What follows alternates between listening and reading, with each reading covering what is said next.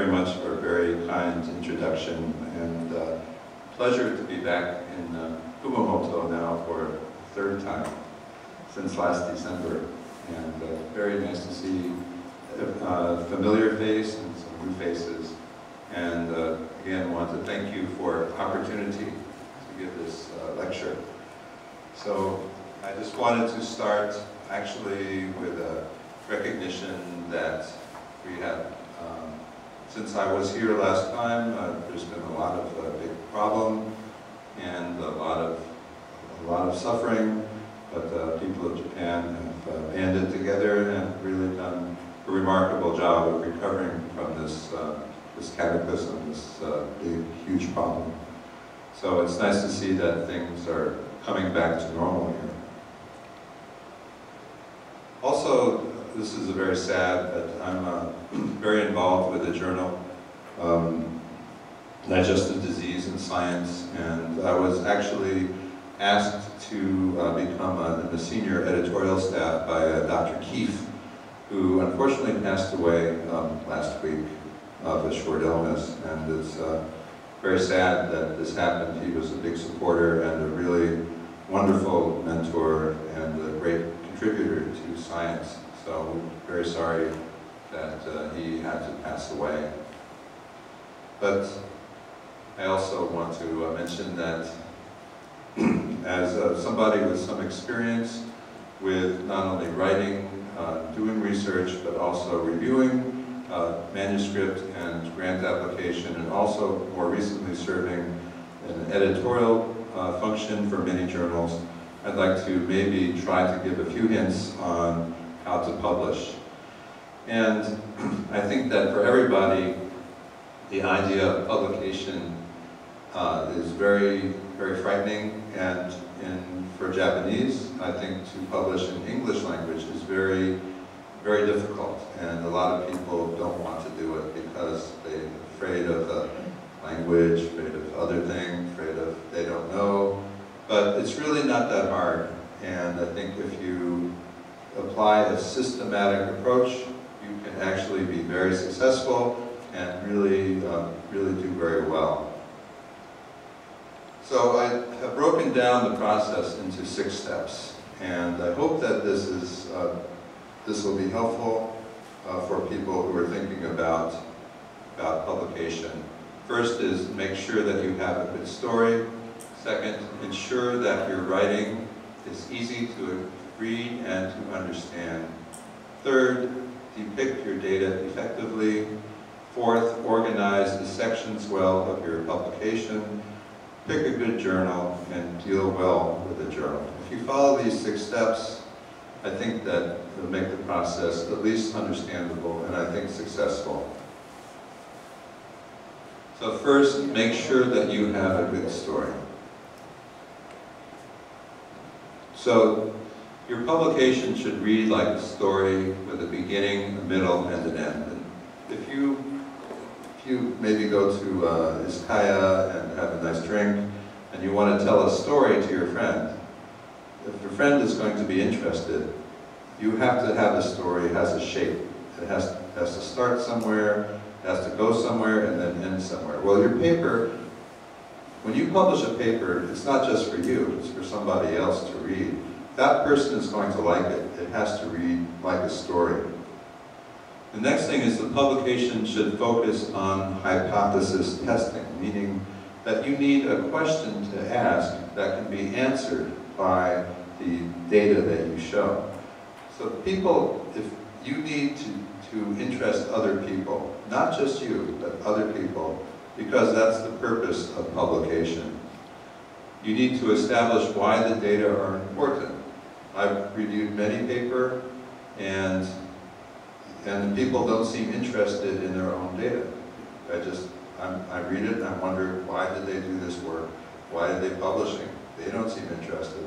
They're not interested, I'm not interested, no one else is interested. So you really have to say, why is this important? Why is this new? Why is this different? Why should I be interested? The data should be reasonably complete with attention made to having good controls and logical contingencies considered. Well, I'm saying a lot here, but all this means is that you want a whole story. In other words, just don't say, get going and say half the story, and then sort of say, well, we didn't really do anything else. Then no, who's going to be interested? You want to give sort of a complete story, something that other people will be interested in, something that will add. And that's kind of the last point, is that if by publishing your paper, due to its value, you should move the field forward. In other words, you want to add something. You want to, science is always building. So you start somewhere and then someone else builds on that, someone else builds on that, someone else builds on that. You want to be one of those steps. You want to be one of those building blocks that is going to continue to build science, make an important contribution. The next is to ensure that your writing is easy to read and to understand. And this is, and I'm actually, the advice I'm giving for this, I mean, most people here probably don't speak English as a first language. But the advice I'm giving actually is even more for people who are native English speakers, because a lot of people, when they write for science, they don't write very well, and they don't write clearly. I find actually the Japanese people that have worked for me, have been in my lab, actually know grammar better than I do, because they learn grammar in Japan, I think, very well, and actually can write very well. So this is really for everybody. So a couple of things that I suggest. One of them is to reread the manuscript several times to catch problems, inconsistencies, and unclear meanings. And this is something that, I make this mistake myself, and everybody, you're so excited about it, you're so tired of doing it, you just want to send it in, that's it, I don't care.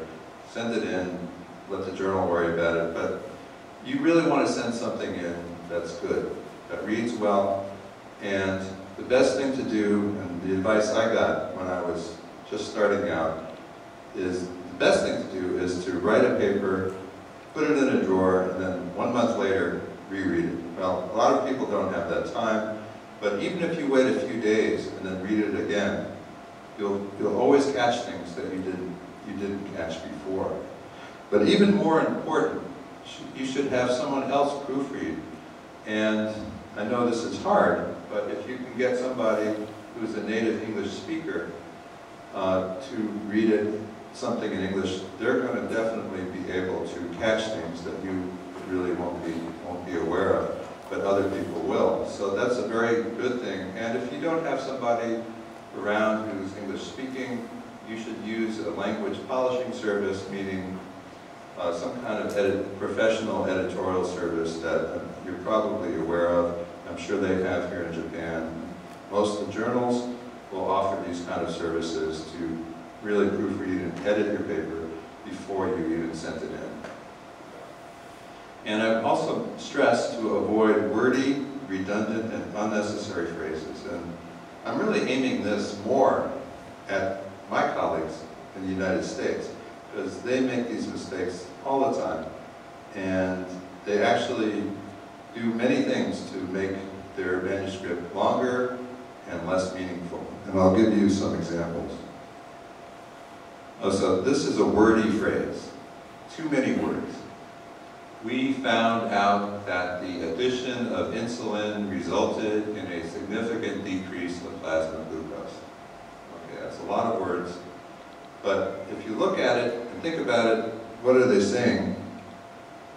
Well, what they're really saying is insulin significantly reduced plasma glucose.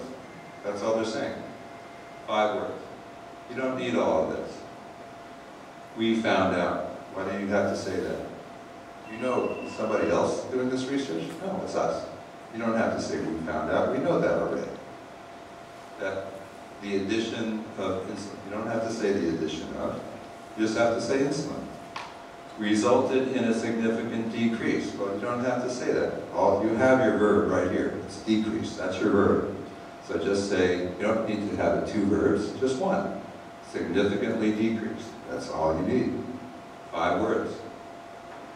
So, and I can't stress that English-speaking people have more of a problem than anybody else with this, but I'm saying, you know, this is advice for everybody. Redundant. Octreotide lowered portal pressure from this to this, blah, blah, blah. Figure 3. Okay, so they have it in a figure already. So you know that this data, they're already showing it. So do you need to say it again and have all these numbers cluttering up the text? Not needed. Get rid of it. You put it in a figure, that's all you need. You don't need to repeat it. Unnecessary. Recently, it has been shown by another group that acute endoscopy did not improve diagnostic accuracy. They put a reference. Okay. So you're putting in a reference already, so you know, you can look up that reference. And you look up that reference 14, and yes, you see, yes, this is a recent article from another group. So do you need this? No. Just get rid of that and just have this. That's all you need. Acute endoscopy did not improve diagnostic accuracy. Put in your reference. Your reference is to a recent article from another group. Get rid of it. Don't need it. So just, you know, and the reason why I mention this is that most people, the standard scientific writing is not very good. They use a lot of unnecessary types of phrases.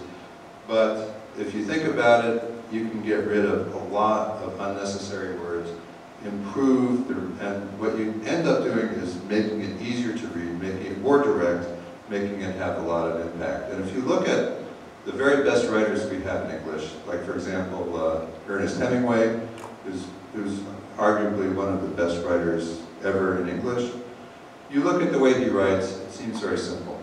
He doesn't use a lot of words, but the words he uses are very carefully chosen, the order is very carefully considered, and the impact is very high.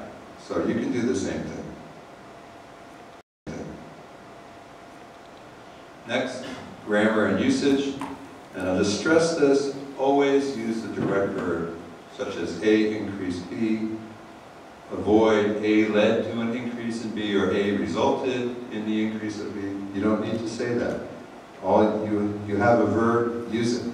Good writers know this. They know that the verbs are the most important part of writing, and you should use verbs that are as direct as possible. Now in Japanese this is hard because the verb is at the end of the sentence, and you don't probably think that way. But in English, the verb is in between, and it's very easy to actually use that way. Avoid unnecessary leading phrases, such as, it is noticeable that, it is interesting to know that. And you see this all the time. People put this in, and it's not necessary. You can, in fact, delete that entire phrase, and you'll just make it read better. Because, you know, if you just say something, you know it's already important. You don't have to stress that somehow. Now, this is just personal, but I like reported instead of found, and it's just my own kind of style, but for example, the authors reported that early feeding instead of the authors found that, or there's, you know, when you're trying to state what other people have found, what other people have put in the literature, the term reported, I think, is really preferred for that. So remember that. And I don't like found too much. For example, if you're doing basic science and you're looking for, let's say, a protein that's somewhere, they say, well, this protein, this receptor was found in the kidney. You really should use a more correct term like expressed, like this protein was expressed in the renal medulla, something like that. When you start a sentence, this is another style, but I think this makes it read better. Use terms like yet, nevertheless, or nonetheless instead of however. So a lot of people begin sentences with however, say. They say, however, this was not found in another group. Well, that's not really good English. You should always say, nevertheless, this was not found. However should really only be used in the middle of a sentence, not in the beginning.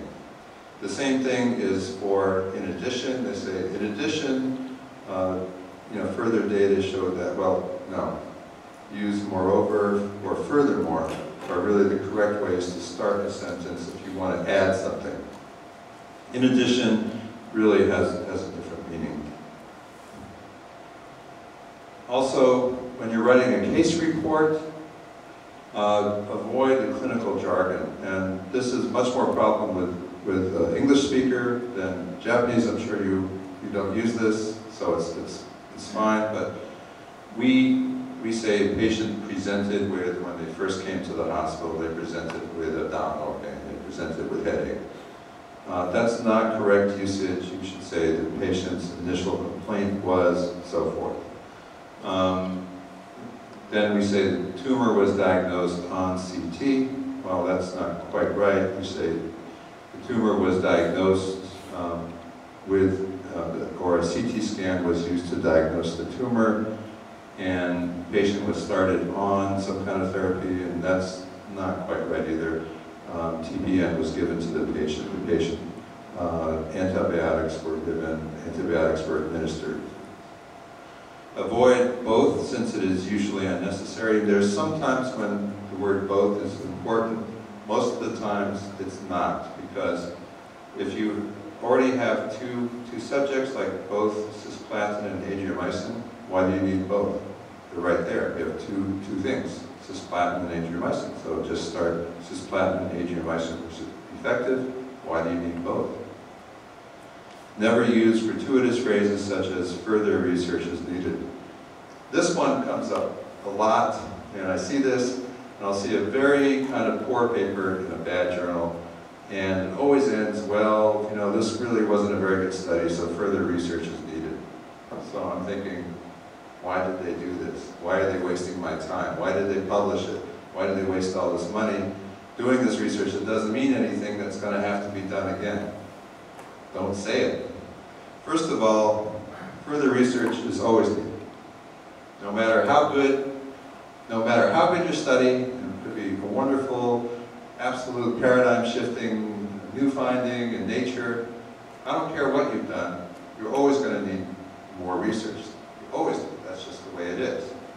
So don't ever put something like that down, because not only is it meaningless, but it takes away from what you're doing already. You're already downgrading what you're doing to say that's, well, it's not very good, so someone else who really knows how to do research is going to have to do this. Don't say it. Depict your data effectively. Now, I'd like to stress, when you write a paper, you're just like a salesman. So when you see something on the TV and they're trying to sell you something, they're trying to make it, give it look as good as possible. They want to show something in its best possible light. Well, you're selling your data. You have to sell it to the reviewers, you're selling it to the editor, and you're ultimately selling it to the readership, other people that are going to read it. So this is just sales. You have to use the same technique. So you want to make it look as good as possible. Obviously, you don't want to make anything up, but you want to make it look good. So the way you show it is very important. So I always suggest use graphs wherever possible. Tables are much harder to read. They don't show your data as well. Obviously, if you have 50 different things you want to show, and it's important to show all of them, sure, use a table, but if it's just a few bits, use a graph. Use good graphing software. The one I like is GraphPad. I'm not sure you use, I see you use mostly PCs here. On Macs, they use other things, but GraphPad is a good one. There's many other ones. I'm not saying it's better than anything else, it's just the one I like. Clearly label axes and use color effectively.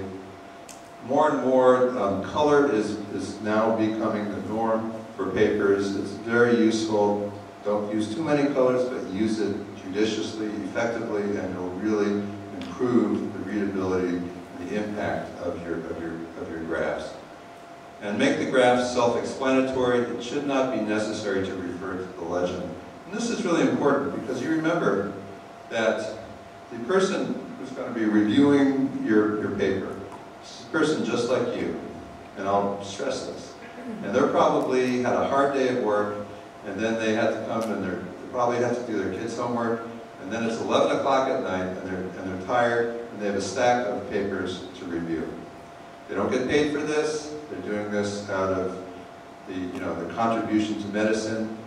And the easier you make it for them, the better they're going to like it for you. So just always remember that. So you want to, when you have a graph, remember that in your manuscript, it's going to be on a separate piece of paper, and the legend is somewhere else. So if they have to keep flipping back and forth between the graph and the legend, that's going to make them unhappy. You don't want an unhappy reviewer. You want a happy reviewer that's going to look at it and say, wow, this is great. So try to do that, and data need only to be presented once. I said this before, I'll say it again. You can put it in the text, you can put it in a graph, or you can put it in a table, and that's it. Just one. Don't have to repeat it. And try to merge similar data into one graph. So you want to cluster your graph. If you just have a figure that has maybe one graph with 2 data points, that's probably not a very good use. You probably want several graphs that all kind of say the same thing, the same measurement, for example. So I'll give you a couple examples of the kind of figures that I think look good, like this one. And all I did was go through PubMed randomly and just look for I looked at different papers and just look for different graphs. So this is one. I don't even know what this paper is about or what anything about it, but I looked at the graph and I see that the axes are labeled very nicely. You can see the colors are nice. You can see that it's useful because you have all this overlap. So you can easily differentiate the two lines here. You know exactly what they are. They're clearly labeled.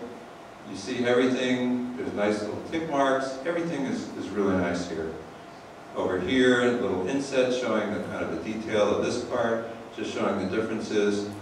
Here, everything is really nicely labeled, a little different color, kind of nice and colorful and nice.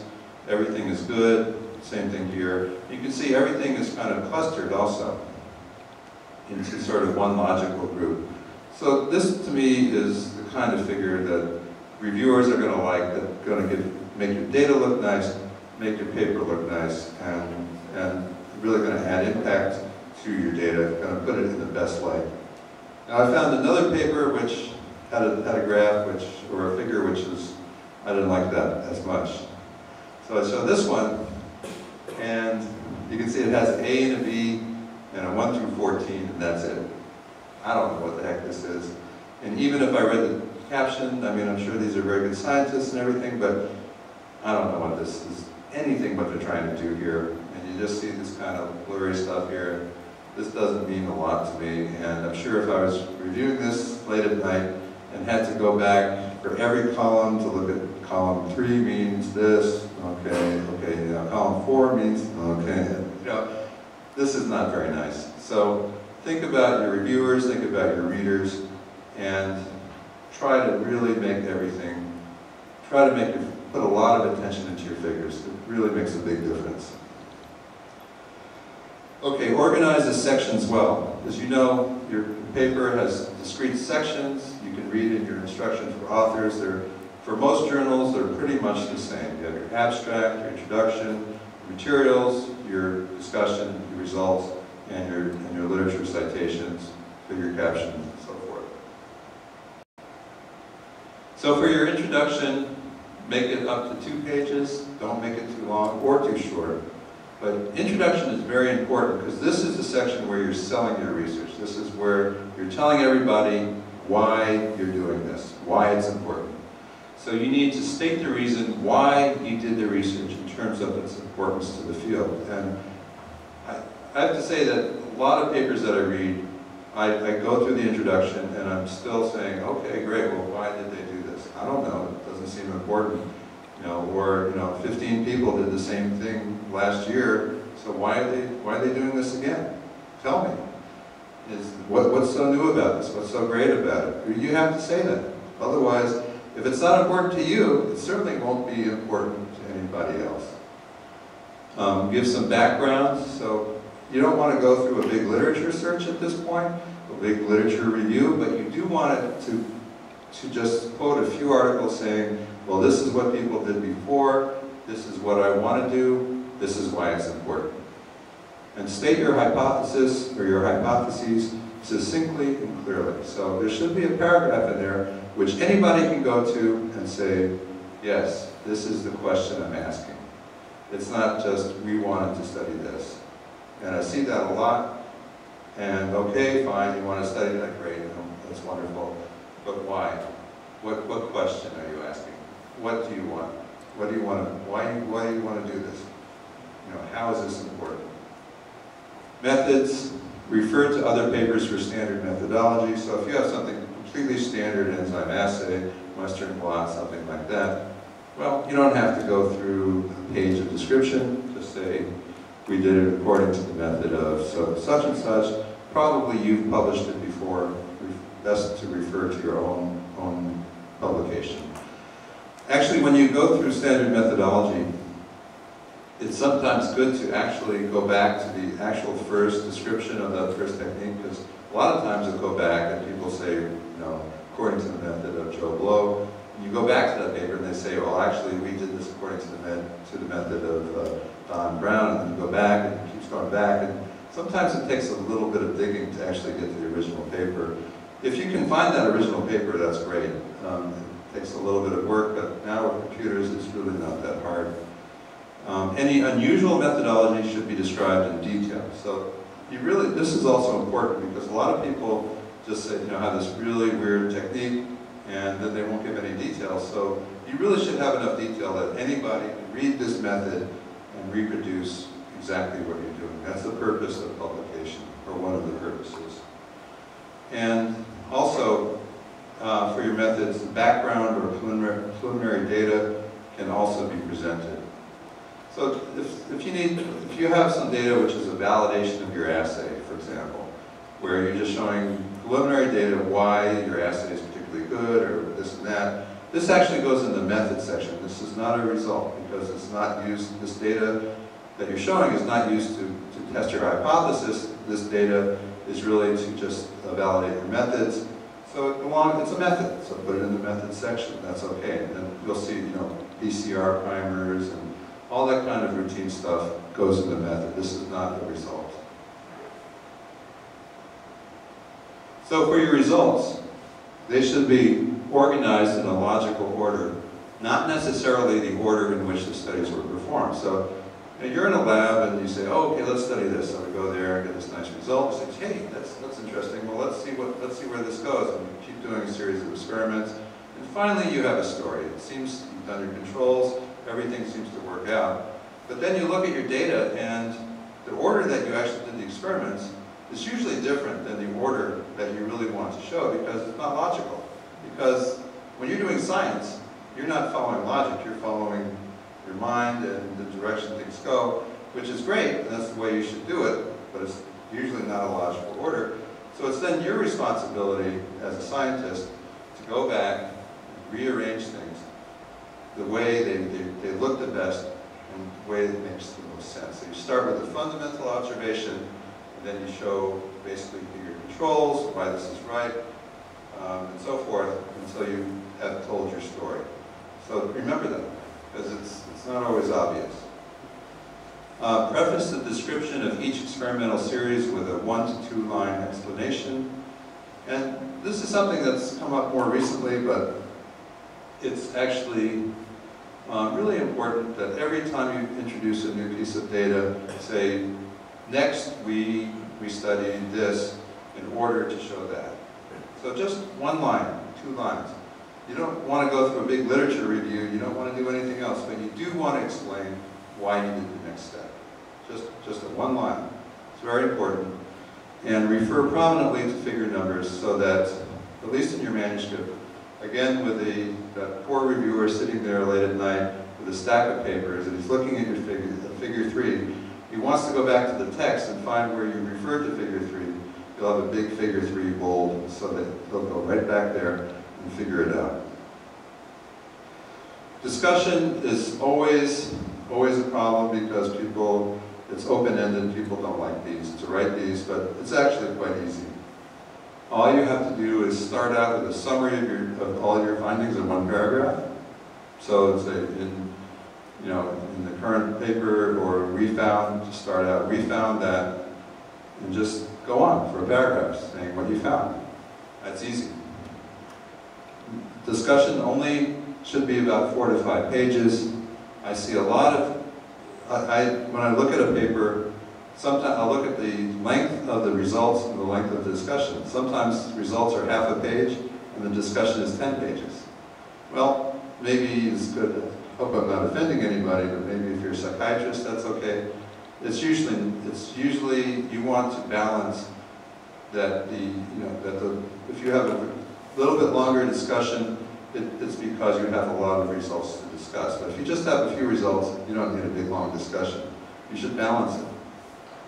And if you write a very long discussion, it usually means that your person likes to kind of make up stuff and not really serious, so it takes away. So keep it short. Use this section to develop understanding of your data in the context of the existing literature. This is actually kind of important because it's this discussion you want to really keep on track. You want to basically discuss your findings and compare it to similar findings, explain why they're different, explain why yours might be important, explain how that fits into the field, general hypothesis. What you don't want to do is speculate and saying, well, we found this, and I think because we found this means this. Well, if you don't have data to show it, keep it out, because you're just making things up. That's not the purpose of science. The purpose of science is maybe to draw logical conclusions from your data, but not to speculate a lot. That's not the purpose. And you want to stay on track, because I see very often that people in the discussion start talking about all sorts of different types of data that they don't show in their paper. You've got to keep your discussion focused very sharply on what you show in your results. You don't want to veer into what somebody else is doing, and that's very it's very nice to say, well, this guy actually went out to show this basic molecular mechanism of what I'm trying to show, but you never show that, so why are you discussing it? It's not there. Take it out. So for the references, it's very important to use original manuscripts, and I try to limit them to less than 50. A lot of journals will enforce this. They have their own rules about this. And you should ensure their accuracy, because a lot of times you might get mixed up and you end up quoting the wrong paper and that kind of thing. And a good reviewer will sometimes look up your references. You don't want that to happen. You want to make sure that what you're citing is what you want to cite. Don't use too many citations. I'll see somebody making a statement that put 11 references behind it. You don't need to do that for an original paper. Just a few is enough. And when possible, cite the most recent publication. You don't need to dig back to 1972 when something good was published last year. And most journals will have a policy, but make sure that you don't cite abstracts more than 1 year old. A lot of journals won't let you cite abstracts at all. Usually you cite unpublished data, non-peer-reviewed publication or reviews. You should really only quote or cite published original research that really illustrates your point. And if you do that, you'll probably easily go below the limit, because it's actually pretty easy. The next step is to pick a good journal and choose a journal with a readership appropriate to your type of study. And it sounds easy, but there's 4,000 journals out there. Sometimes there's a lot of journals that you're not aware of. So it's important to pick the right one. So match the journal to the importance of your work. And look, in all fairness, if you've developed a relationship with a few journals and you seem to have good success with them, sure, keep sending your paper there. Don't try to overdo it, but maybe a couple a year or whatever to the same journals. If they've been nice to you, that's good. And if they send you something to review and you make them happy, well, okay, that's always, a relationship is good to develop with a journal. I can say as an editor, I really appreciate good reviewers, and when they come around to submit their own work, Well, I'm sure, we don't give any special preference, but certainly, I think it's good to have a relationship. Determine which audience would be most receptive. Sometimes more specialized is better. So you say, well, this is great, and you send it to a general medicine journal, for example, and it turns out to be addressing a very narrow area of some enzyme assay. Well, it's probably best to publish this in a journal where everybody else is interested in what you are, and not just sort of the general readership. Maximize the impact factor without overreaching. Does everybody know what an impact factor is? I mean, it's very well known now. This is what journals, because journals are mostly edited by men, and men love lists of numbers. They like to be on the top of everything with a top number. So this is kind of a male thing, but regardless, it's important. And I know that out here in Asia, probably if you're in a university, you need to publish in a certain impact factor journal, otherwise it doesn't count. So unfortunately, it is important. But you don't want to overdo it and try to send it to like Nature when it's really just sort of a confirmatory finding. But and lastly, make sure that your journal is indexed in PubMed. And I'll stress this again. So every journal has a posted description on the web. You just go to the journal's homepage and you get a description. For example, this one of Gut, leading international journal, gastroenterology, established reputation, first class. This is an important first class, meaning really top quality, original, exciting findings. Clinical research in the alimentary tract, liver, biliary tree, and pancreas, up to date, and so forth. So they're giving you a lot of code words saying that if it's not great, don't send it to us, because we won't publish it. They'll probably reject it, and they'll collect a nice fee, they'll charge you $80 and then reject it. So don't waste your time if it's not that good. On the other hand, if it's really good and everybody's excited about it, this is original and great, sure, send it to a good journal. Okay, they turn it down, or maybe they accept it, and that's great. So that's okay, but know what you're dealing with, always read the description. Also look at the editors, see if there's anybody that you recognize. If somebody on the editorial board is somebody you know here in Japan, all the better, that's great, there's nothing wrong with that. To specify that person as an associate editor is fine. This is an example of what impact factors look like. This is for the GI journals, the top 20, and just what it looks like. Impact factor, for those of you who might not be familiar with impact factor, all it means is the average number of times a paper is cited in the literature in the 2 years following publication. So that means that the average paper in gastroenterology is cited within the 2-year period after publication, is cited 11 times, which is a lot. It really is. And so the very big journals like Gastroenterology, to make their impact factor high, they do a lot of tricks. They publish a lot of reviews, which are usually cited a lot and right away. And they also publish big drug studies, which everybody likes, gets hundreds of citations. And in a way, I think it's kind of, I don't like it because they're kind of publishing to the impact factor rather than to the importance, but that's just the way it is. And because of that, if you have something that might be so revolutionary, so changing, that it might take several years for people to understand its importance, a journal like Gastroenterology might not take it because it's not going to have that immediacy that they're looking for. So you might want to go down the list a little bit and publish, somewhere else where, like American Journal of Gastroenterology, which is a very fine journal and a very respectable impact factor, but they might be open, for example, to more novel or innovative types of ideas. So deal well with the journal. This is also very important in the process because you want to understand what they're trying to do. So you should designate potential reviewers from people that you seem to understand and like your work, and very important, who are experts. So I have to send out a lot of papers for review, and somebody somebody from Bulgaria will send in a paper, and then they'll maybe put in a list of 4 Bulgarian scientists that are suggested reviewers. So I looked these people up in PubMed. None of them have published at all on the topic of the manuscript. So I'm thinking, okay, this person puts his friends down, but that's not, that's not really serious.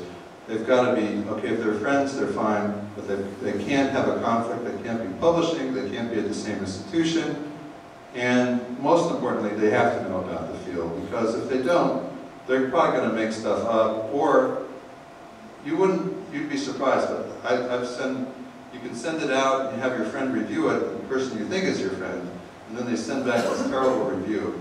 And so you really never know who your friends are, so be very careful with that. I think it's more important just to send people who are known experts who you think are reasonable. Maybe you've met at a meeting, they seem to like your work, they've asked nice questions, that sort of thing. And on the other hand, you usually get an opportunity to list reviewers that you want to block from reviewing, and you present your data at a meeting and somebody's sitting in the first row and said, I don't believe a word of this. Well, they're probably not nice people, and you probably want to block these people because they're probably not going to have anything nice to say about anybody. That's fine, just block them. And inquire if you have not heard back within 1 month. In other words, send it in, and a lot of, journals, people who run journals are like anybody else. They get busy, they go away, and everything else. And things sometimes get lost, they need reminders. They don't mind. They really appreciate if you keep after them a little bit and just remind them that things, haven't progressed or you haven't heard back.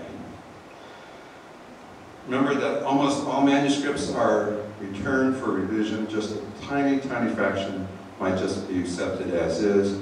Most reviewers are aimed at improving the content and readability.